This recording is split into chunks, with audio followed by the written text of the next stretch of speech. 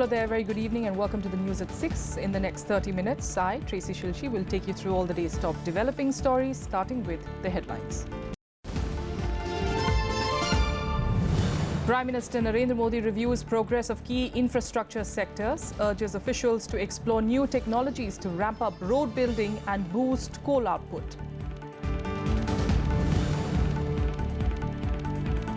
BJP rides high on its winning streak, sweeps the civic polls in Delhi, winning 185 wards. Party leaders credit Prime Minister Narendra Modi for another landslide victory.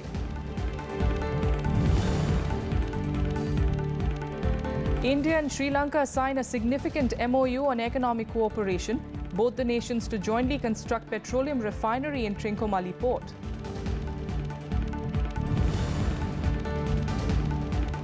And the US moves the THAAD anti-missile system to its South Korean deployment site. China urges the superpower to withdraw the system, saying that it will disturb the region's delicate balance. Top story this evening. Prime Minister Narendra Modi on Wednesday reviewed progress of key infrastructure sectors, including roads, railways, airports, digital and coal. Niti Aayog CEO Amitabh Kant made the presentation on the progress made in these areas. The 4-hour-long review meeting noted that remarkable progress was made in several areas and infrastructure sectors. The Prime Minister urged officials to explore new technologies for ramping up road building and boosting coal output to push economic growth. He also called for a consolidated approach to the existing road projects and completion within strict timelines. In the aviation sector, the Prime Minister discussed how regional connectivity schemes could impact travellers. In railways, he said that the government has exceeded targets in laying new rail lines. The meeting was attended by top officials from the PMO, Niti Aayog and all infrastructure ministries of the Government of India. Meanwhile, Finance Minister Arun Jaitley today said that the government did not plan to impose any tax on agricultural income. Dismissing the suggestion of Niti Aayog member Bibek Debroy, Jaitley clarified that as per the constitutional allocation of powers, the centre had no jurisdiction to impose tax on agricultural income. Debroy had recommended taxes on farm income above a certain threshold to expand the tax base. Meanwhile, Niti Aayog in its statement distanced itself from the comments made by Debroy, saying that the views expressed by him were personal. The Niti Aayog also said that Debroy's suggestion is not among any recommendation made by the draft action agenda document as circulated to the Governing Council at the meeting on the 23rd of April. Earlier, on the 22nd of March, while reassuring the Finance Minister had said, in fact, that agricultural income is not taxed and will not be taxed. Staying with the national capital, continuing its winning momentum, the BJP once again won the Delhi civic polls, registering a hat-trick. The win consolidates BJP's position, leaving the ruling Aam Aadmi Party at a distant second after the party's massive victory in the Delhi Assembly polls only 2 years back. The Congress was in fact put in position, winning only 28 of the 270 seats. Another landslide victory for the BJP, and this time in the national capital in Delhi. Bucking a 10-year anti-incumbency, the party retained its hold on Delhi's municipal corporations for the third time in a row.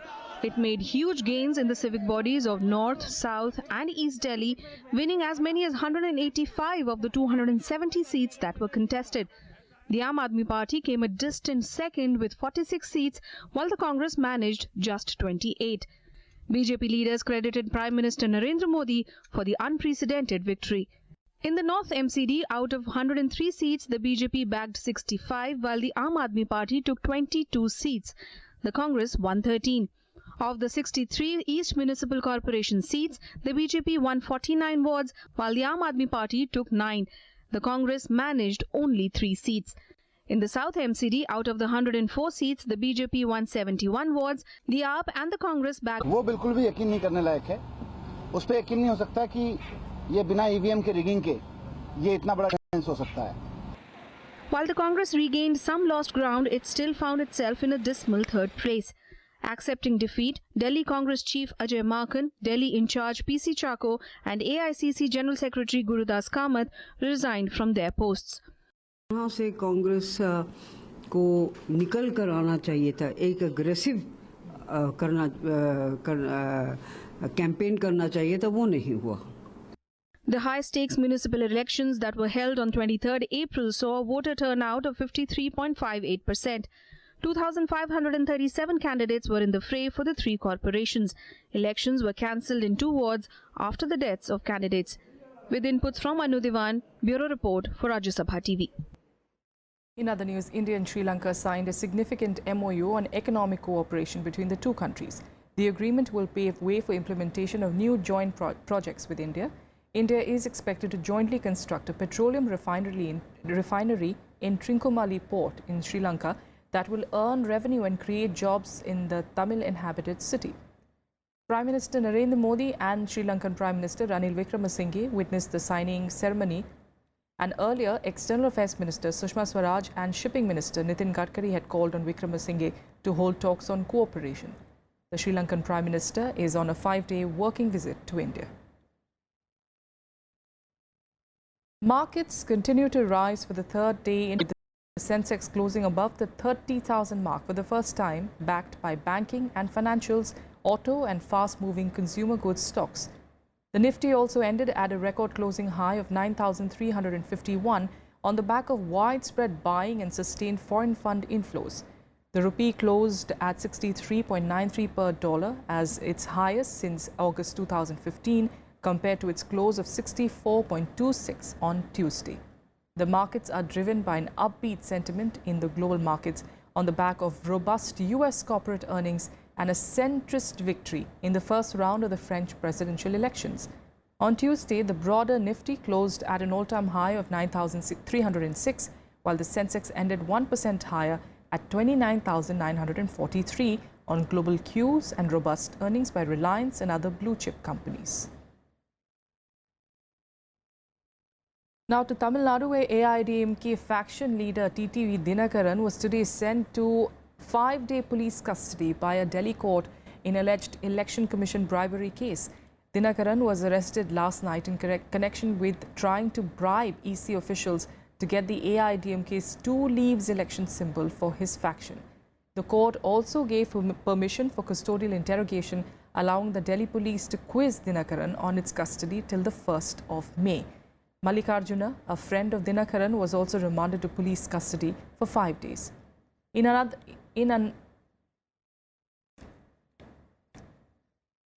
Today, I argued that the arrest was totally unwarranted. It is contrary to the judgment of the Supreme Court, and the police custody remand is contrary to the Delhi High Court rules, which specifically says that police custody remand is an exception. It should not be given just for the heck of it. So we argued on merits and we submitted to the court, but ultimately the court has given police custody remand for 5 days. So he'll be produced again after 5 days. And in another development, banners featuring AIDMK General Secretary V.K. Sasikala were pulled down from the party headquarters.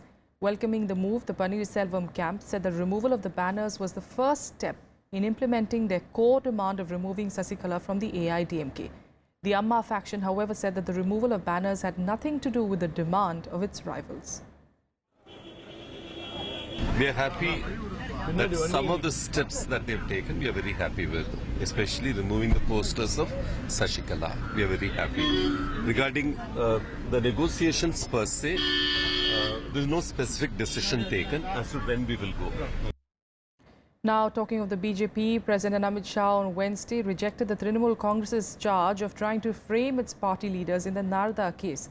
Amit Shah said that the entire world had seen the video of the misdemeanor.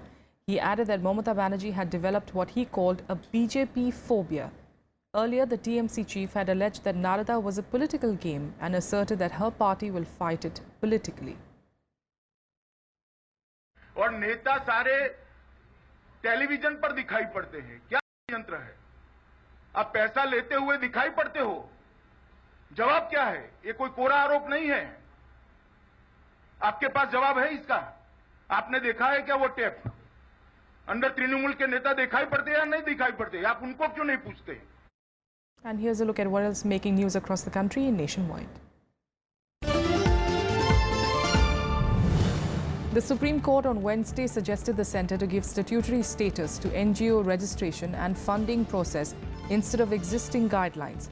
The court also asked the centre to apprise it within 8 weeks whether it is intended to continue with present guidelines or would likely regulate the NGO through legislation.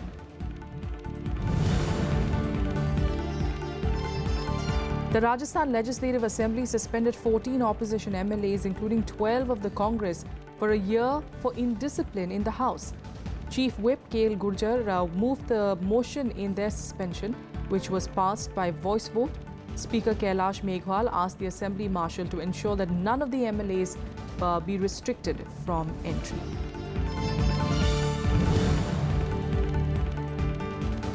At least 3 people were killed and 70 others were missing after a jetty submerged in Hooghly River due to high tide in Bhadreshwar of Hooghly district in West Bengal.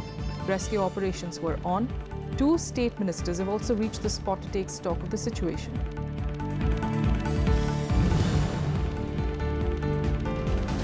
The Congress on Wednesday appointed former Rajasthan Chief Minister Ashok Gehlot as its General Secretary in charge for Gujarat. This comes as the state is going for assembly polls later this year. Gehlot replaced Gurudas Kamath, who has handled the party's affairs until now. The Congress has revamped the entire team to put up a stiff fight to the BJP in the state.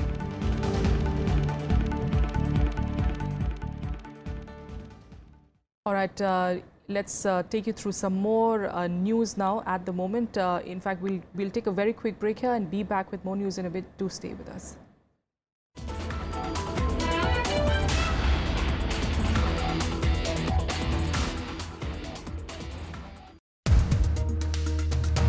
Make this country into a Congress Mukt Bharat. Are you going to resort to the same strategy where you'll be breaching the fortresses of other parties? Congress is a culture. We have to get rid of that culture.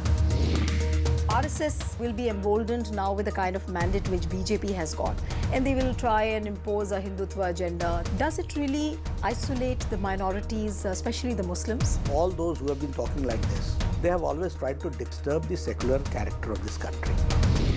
Health policy also talks about increased spending, about 2% of the GDP. That figure is insufficient. These are all wrong notions. We have to increase the capacity to spend. Watch To The Point with Union Health Minister Jagat Prakash Nadda only on Rajya Sabha television.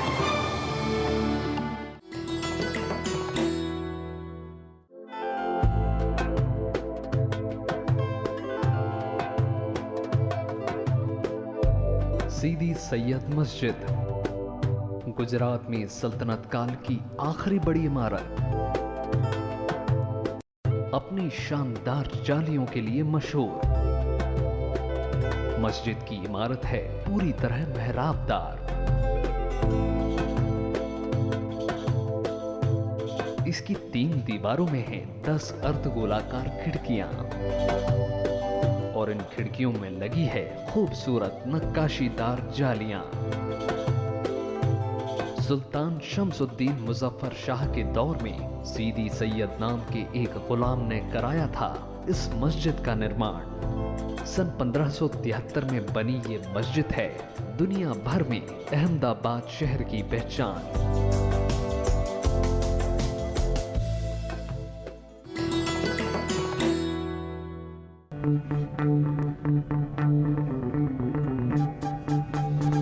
Art arisen from a multi-hued cultural canvas.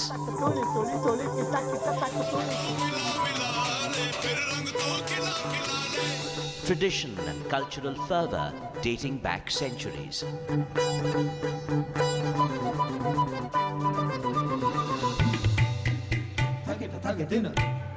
And encircling them all, there's a magic that awes.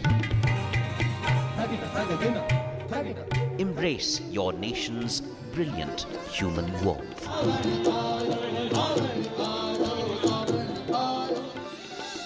Watch Colors of India, Sundays at 9:30 p.m. on Rajya Sabha television.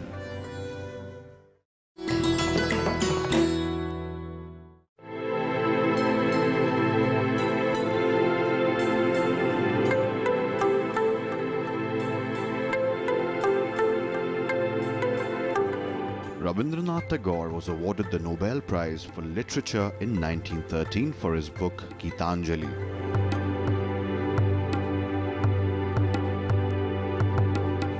In 1950, he composed the music and lyrics for India's national anthem, Jana Gana Mana. And when Bangladesh became independent in 1971, they chose Tagore's song, Amar Shonar Bangla, as its national anthem.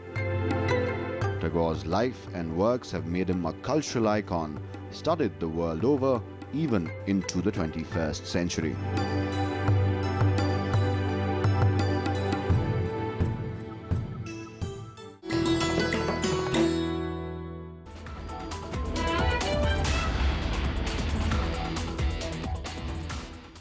Welcome back. Now, India has formally appealed before a military court in Pakistan to reconsider the case of Kulbhushan Jadav and release him from jail.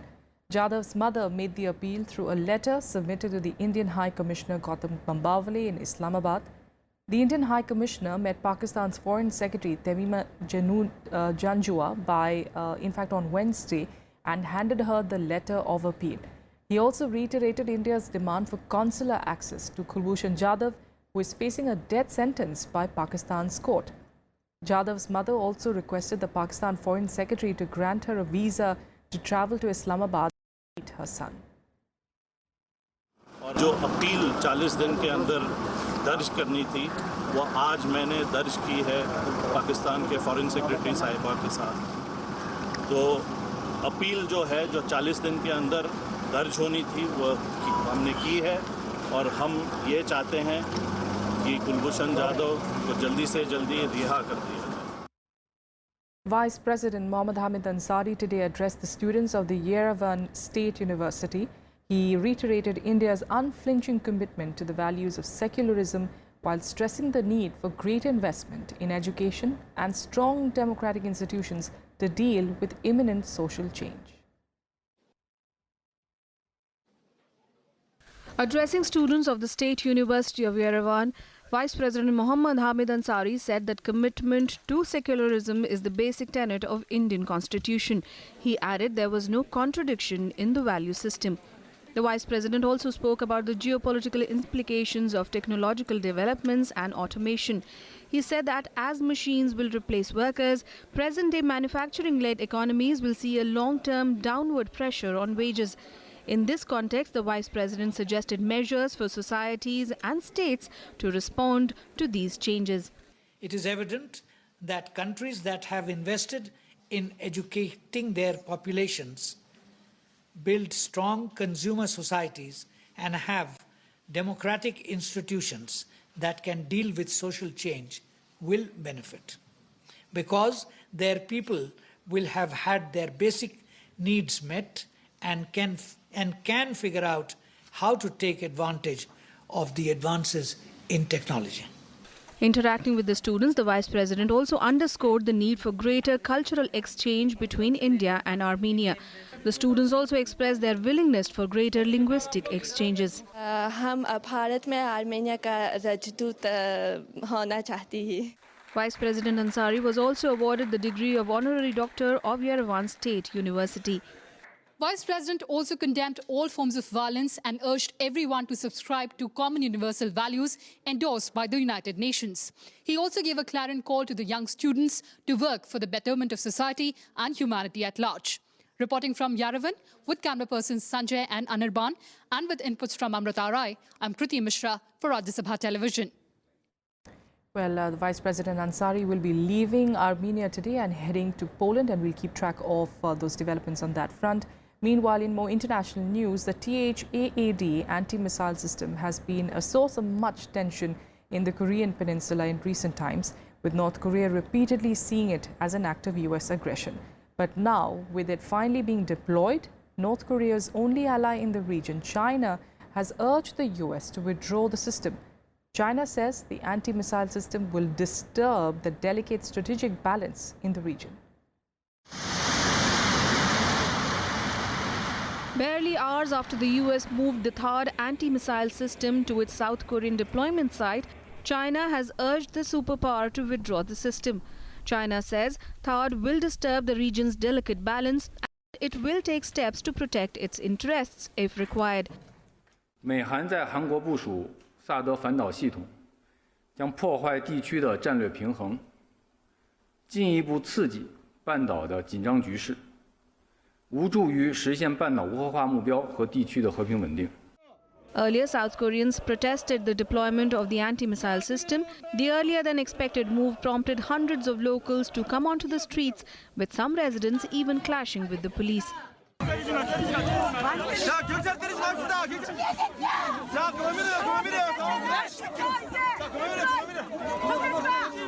Washington and Pyongyang have been building up pressure on each other in recent weeks. The US recently sent an aircraft carrier group and nuclear submarine to the region, even as North Korea continues to defy UN sanctions to conduct more missile launches. Bureau Report, Rajya Sabha TV. Meanwhile, China on Wednesday launched its new aircraft carrier in the latest sign of its growing military strength. It is the country's second aircraft carrier and the first to be made indigenously. The currently unnamed ship was transferred into the water in the northeastern port of Dalian and will reportedly be operational by 2020. The move by China comes amid heated rhetoric between the US and North Korea and ongoing tensions in the South China Sea. China has only one operational aircraft carrier, the Liaoning, which it brought from Ukraine and refitted. And here are more international news updates in Global Buzz. South Korean and US troops held a joint live fire exercise on Wednesday amid mounting tensions on the Korean peninsula. South Korean Defense Ministry said that about 2,000 troops from both countries took part in the drill. They used 250 military weapons, including K-2 tanks, Bradley fighting vehicles as well, MLRSs, Apache helicopters and A-10 combat jets. Around 28,500 US troops are stationed in South Korea, where the US has maintained a large military presence since the 1950 to 1953 Korean War.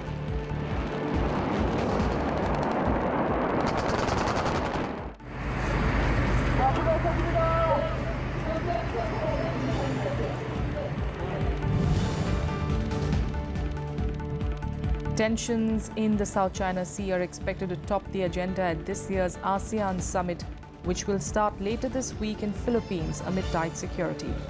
Negotiators from China and ASEAN met in Indonesia and Cambodia over the last few months to decide on a final draft of a code of conduct for the waterways.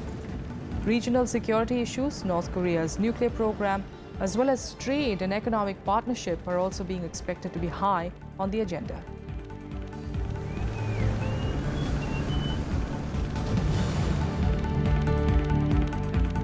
Turkish authorities detained 800 people overnight suspected of links to US-based cleric Fethullah Gulen on Wednesday. According to sources, the crackdown targeted the network's structure in the police force. Detention orders had been issued for 1,000 people, of which 803 had been detained in operations carried out across all of 81 of Turkey's provinces. That's all we have for you in the news at 6. Thank you so much for joining us.